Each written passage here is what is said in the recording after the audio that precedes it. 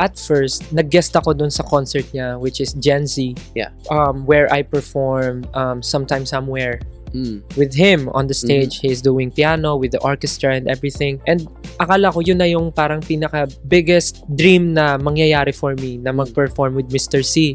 So that time, sobrang saya ko talaga na parang grabe. You're already up here. Yeah, parang Mr. C na yun, napaka-blessed, napaka-happy ko. But after that, parang nag-joke lang naman kami na parang, Mr. C, baka naman pwede tayo gumawa ng kanta. And then sabi lang niya, sige, pag may Sige. time. Pag may time. He answered, sige, pag may time. So parang ako, sobrang busy nga ni Mr. C. So I'm not expecting na he will make a song for me.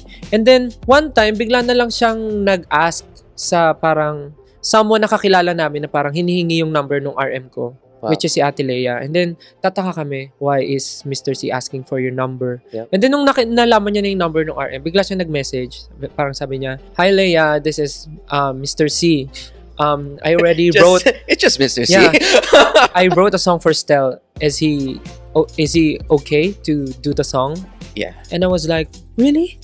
That's amazing. Parang sabi ko, wait. Akala ko joke lang. Uh, Joke lang. Tapos nung una parang hindi ako makapaniwala na Mr. C nag-write ng song for me. So parang ako nung una, parang sabi ko, sige, ano muna natin, pakinggan natin, ano sabihin natin, game ako. Billboard Philippines. Volumes.